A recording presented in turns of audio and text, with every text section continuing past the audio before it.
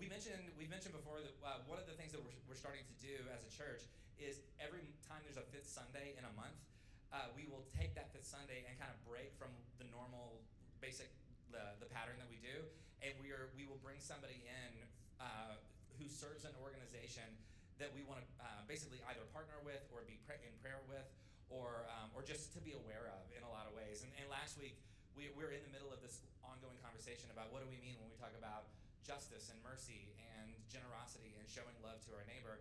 And we mentioned last week, we talked about like what does it look like to serve and to be prayerful of and mindful of people who do not have as much power or as many resources as maybe we do. And we mentioned that one organization in the Oklahoma City, and honestly the greater Oklahoma area, that does a lot of work to serve and minister to the unhoused population in Oklahoma is a group called City Care.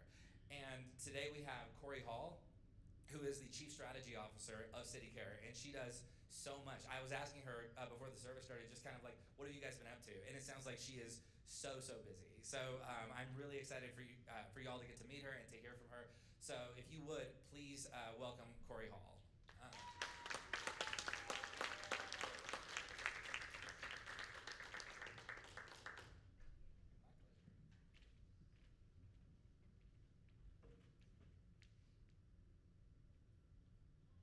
Well, good morning. Good morning. I just got glasses last week. Bear with me. I can't see anything, guys. I learned last week I was old. That's what my doctor told me when I said, why do I need glasses all of a sudden? Well, thanks for having me. My name is Corey, like was mentioned earlier. I wanted to come and spend some time with you all, and I know that the Well has partnered with City Care for quite a while. So some of you may know what we do already, but I want to give some updates about what's happening with us and also just kind of connect the work of our organization to the bigger picture of what it looks like to love those who are unhoused. So when the topic of loving your unhoused neighbors comes up, it can be a really difficult thing to describe what that actually means because it can be hard for us to understand what it really looks like to love our neighbors in general. I don't necessarily love my neighbor when they park in front of my car and I'm trying to back out of my driveway, but I do love my neighbor, and a lot of the things that I do to show that are very small, detailed things that they may not see as love in the moment, but add up to a picture of love. Much like those of us who follow Jesus know that sometimes those small moments with Jesus add up to a bigger picture of an intimate relationship with Christ.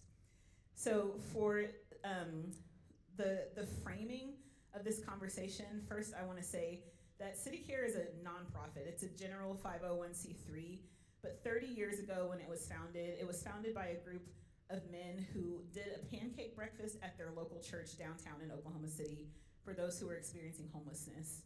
30 years ago, they decided that it would be a great opportunity to spend some time with the people that they walked by on the street every day when they were going to their jobs and actually get to know them by spending time with them at a table.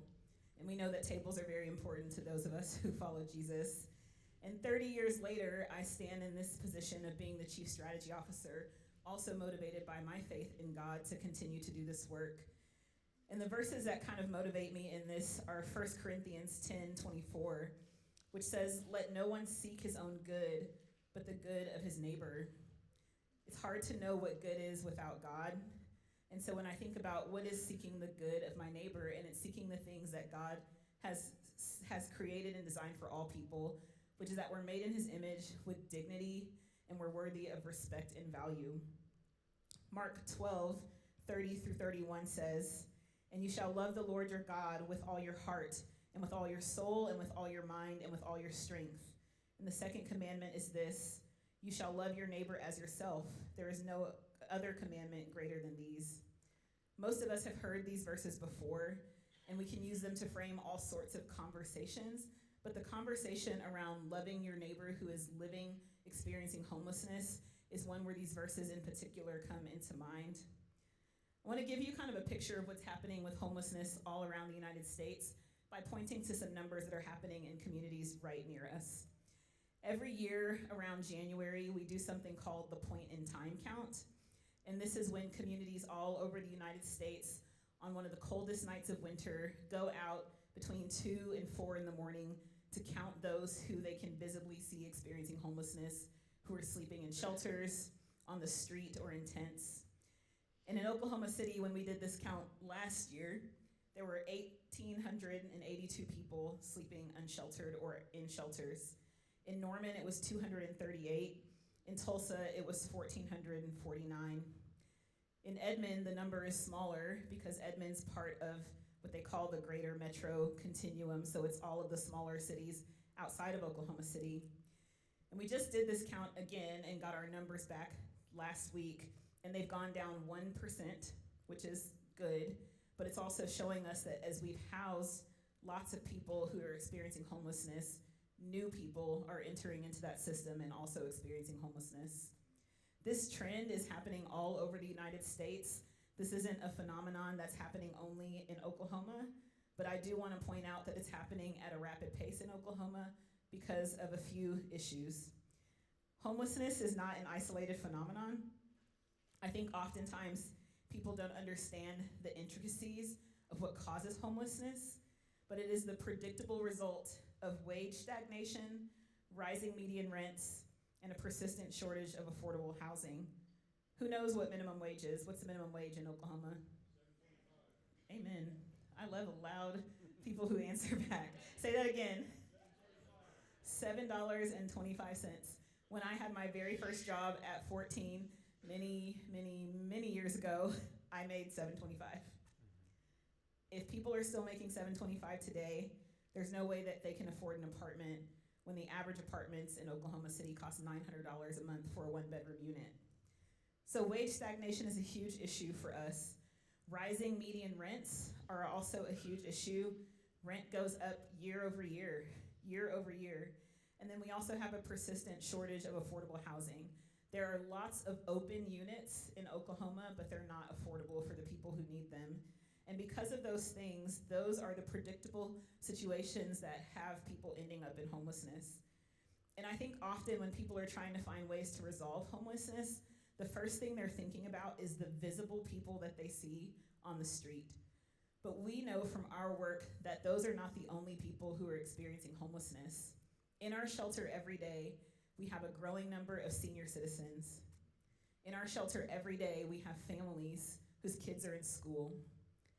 Because of these situations, people often think that the only one who's experiencing homelessness is the person they see on the corner with a sign, or the person that's having a visible mental health issue on the corner. But there are lots of people in our city that you walk by every day, that you go to school with, that you work with, who are experiencing this crisis. Many times, states try to find solutions that are quick because it's really difficult to peel apart a problem that has so many layers. And so one of the things we've seen is encampment bans on sleeping outside, fines for having a shopping cart, criminalization of behaviors that people are using to survive. And those actions often serve to meet the optics of removing people from our site, but we know that removing people from site doesn't remove people from their life, and it doesn't remove us from the responsibility of actually finding a solution that works for the long term. I often think of the way in Scripture, in the New Testament, we saw stories of lepers being put outside of the gates. In every community, there's someone that we treat as a leper, and we put them outside of the gate as a way to stop ourselves from having to engage with them, but it doesn't stop them from experiencing the suffering that they're experiencing.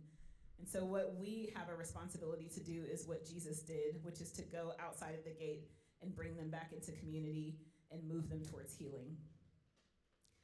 So what adds to the burden for people who are experiencing homelessness? Because those are predictable causes of what has caused the situation that so many Americans experiencing homelessness have.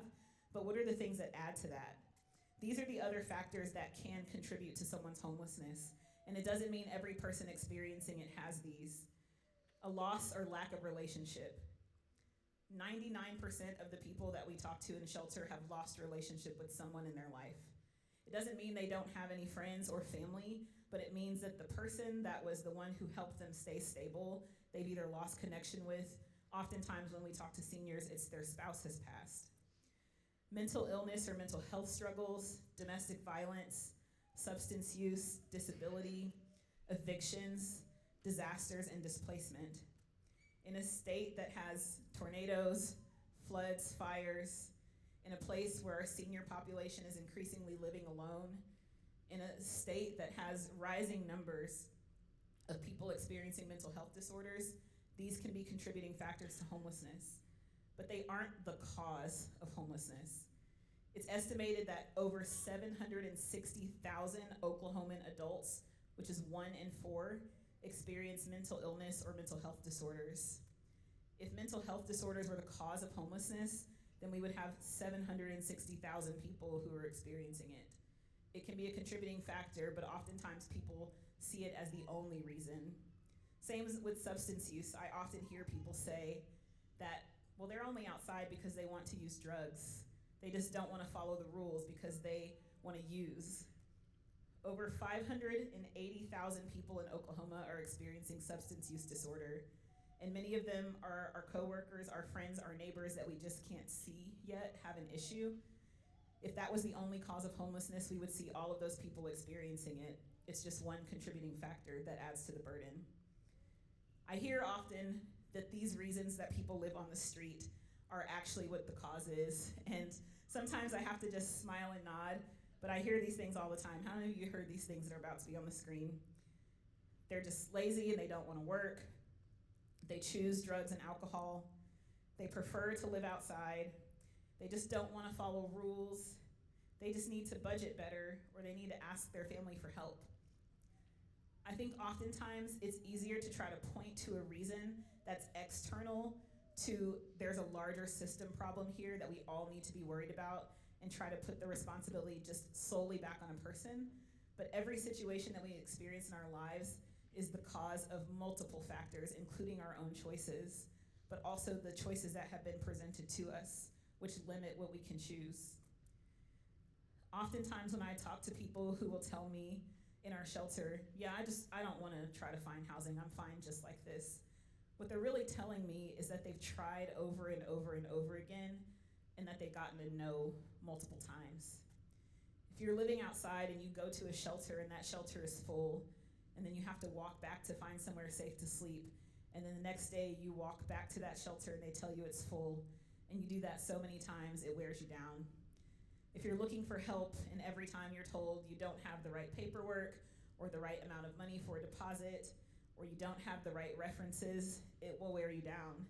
And oftentimes when people say these things like, I don't want help, I don't want to try to find housing, what they're really telling you is they're tired of trying, and that they need help but they don't know how to ask, or they need help and help has been denied. And I think often about what it actually is that we need. What do we need to make this an issue that has some resolution? Two things I think are very important for us to think about are advancing systemic reform and evidence-based interventions. The work we do at CityCare surrounds these things.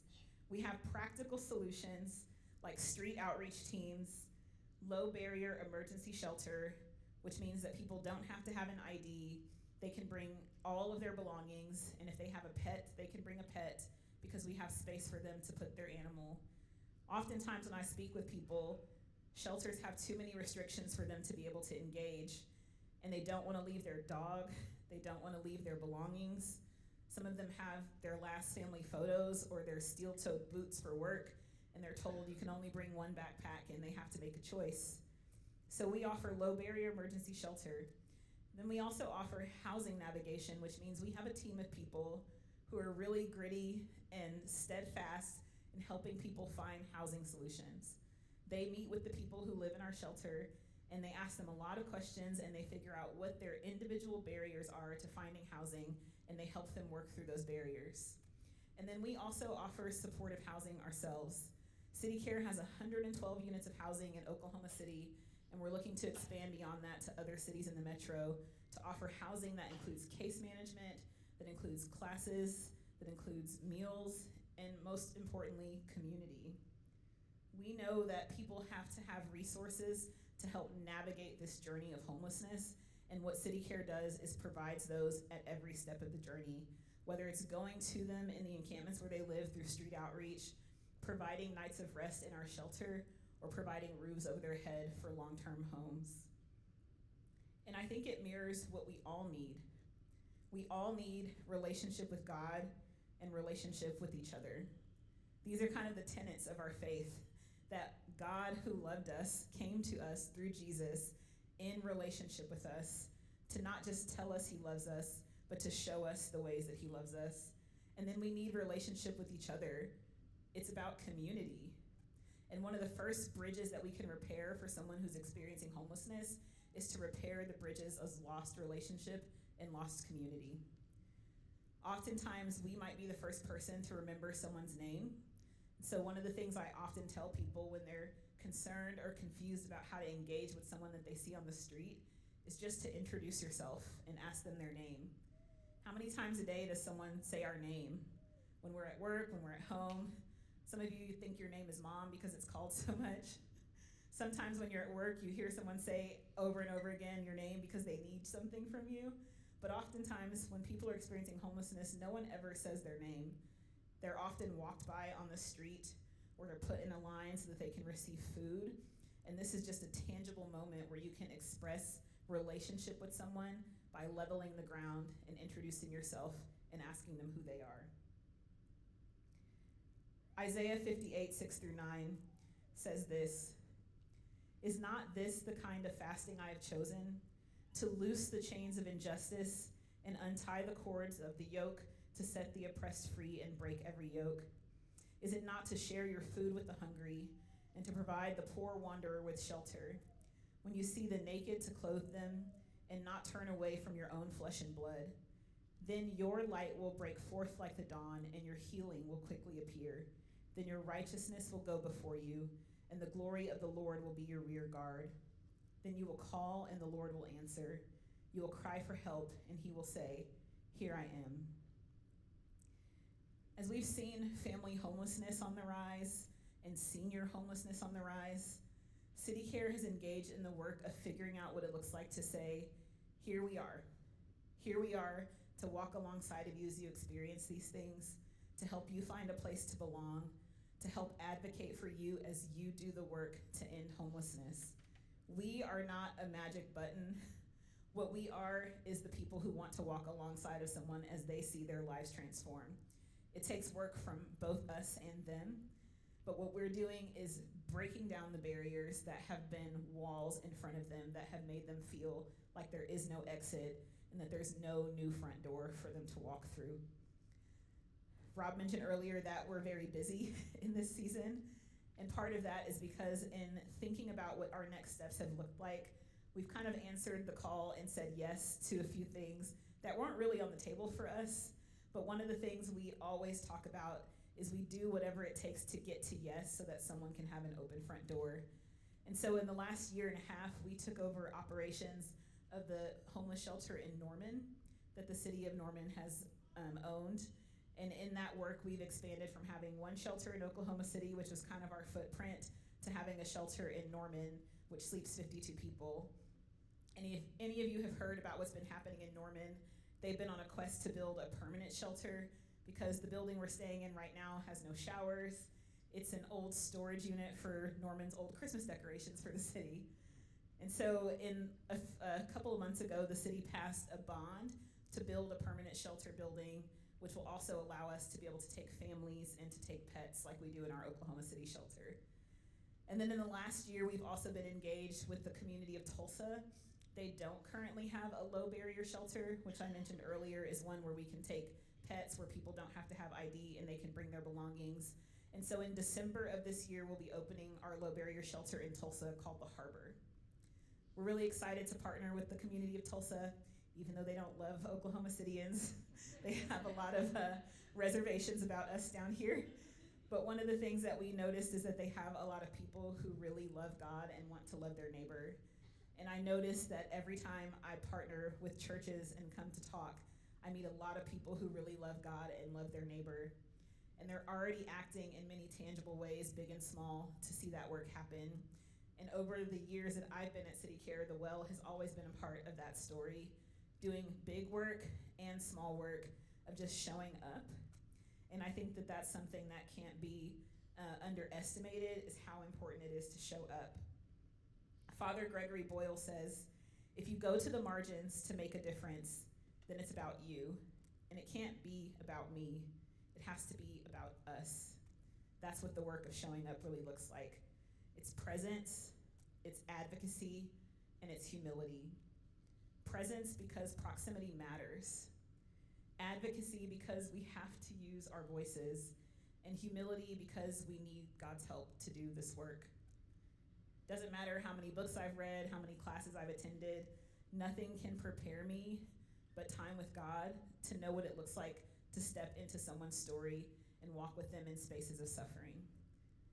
I'm picturing something that I know God has already done happening in my own life and in the life of the person I'm talking to. A God who experienced suffering and showed up for us, and I can model that for someone who's experiencing suffering in their life in this moment. This is the need I call community response. We see all of the time in Oklahoma when there's a tragedy that strikes, we show up. We show up with what we call the Oklahoma standard, that ideal of service and help and care. But we shouldn't just show up with community response in the midst of tragedies and crises when there's a crisis right in front of us of homelessness and poverty that we also should have a community response for. And so in the same way we model the Oklahoma standard in times of weather disaster, we can model that in times of just regular community issues that we know have solutions. One of the ways that I've seen people show up is my church hosts a community dinner, and this is a once-a-month event that we have for people who are experiencing homelessness to come and have a meal. And one of the things that I noticed in all of this work is that oftentimes when you're experiencing homelessness, you have to stand in line and wait for food, and you're handed a styrofoam box, and you go sit at a table by yourself and you eat. And we wanted to kind of break the barriers down. Many of us attend community groups or Bible studies or life groups or something like that on a regular rhythm in our life. And we wanted to create a regular rhythm for the people around our church, which is in an area where lots of people are sleeping unhoused, to come and have community, not just a meal, but to actually meet weekly or meet monthly regularly with the people that they want to engage with. And so we have a group of folks who've committed to doing this. It's the same people so that they remember names and show up. And we also send City Care's team of housing navigators to this dinner so that they can get connected to housing services. It's just one small way to show up. I think oftentimes we don't understand how much church and community can be a part of the solution. And it's not just us, but there's a special call and a special responsibility for us. Gregory Boyle, again, who I love, says, "You stand with the least likely to succeed until success is succeeded by something more valuable, kinship. You stand by the belligerent, the surly, the badly behaved, until bad behavior is recognized for the language it is, the vocabulary of the deeply wounded, and those whose burdens are more than they can bear." Sometimes people describe the people experiencing homelessness as the badly behaved, but we know that we all sin and fall short of the glory of God. So we are the badly behaved, and we're moving towards God together, and we get to be a part of someone's story of actually seeing their lives transformed. I want to give you guys a call to action. I have a friend named Kevin Nye who wrote a book called Grace Can Call You Home. It's a call to end homelessness through a Christian lens. And he recently started a group called the National Faith Coalition to End Homelessness. On October 11th this year, they're hosting a day called The Church Unites to End Homelessness, and it's called Homelessness Sunday. The web link is here. This is just a group that's getting together to pray, to steward resources. They're going to offer worship guides, sermon guides, all sorts of resources for churches to engage in this work in every stage, whether it's in your kids ministry, your worship ministry, or in the sermons. Churches all over the United States are going to be pointing towards this issue on that day. And if your church doesn't want to engage in that specific way, the resources on that website will be invaluable to think about ways to pray throughout the year. And I know that I'm among friends who already care about these issues and already have a general understanding of the problem and what's going on. So I'm not telling you these things because I'm trying to teach you something you don't know. I'm trying to tell you to remind yourself of the work that we have ahead of us, not just City Care, not just the Well, but all of our communities have to be responsible for seeing these things change. Kevin Nye says in his book, the church can be a positive force for wholeness among the most vulnerable, never giving up on people as they navigate life with all its ups and downs. Grace calls the church to this most holy, sacred work, to care for the most vulnerable and sick for as long as it takes. Thanks for having me. I'm really excited to be here. I'll be answering questions out in the lobby. If you want to connect with City Care or hear more about the work that we're doing, you can always come and ask me. And if you don't think of a question today, but something pops in your head as you're driving around doing your work, please reach out. I'm always available for coffee, to talk, and to answer questions.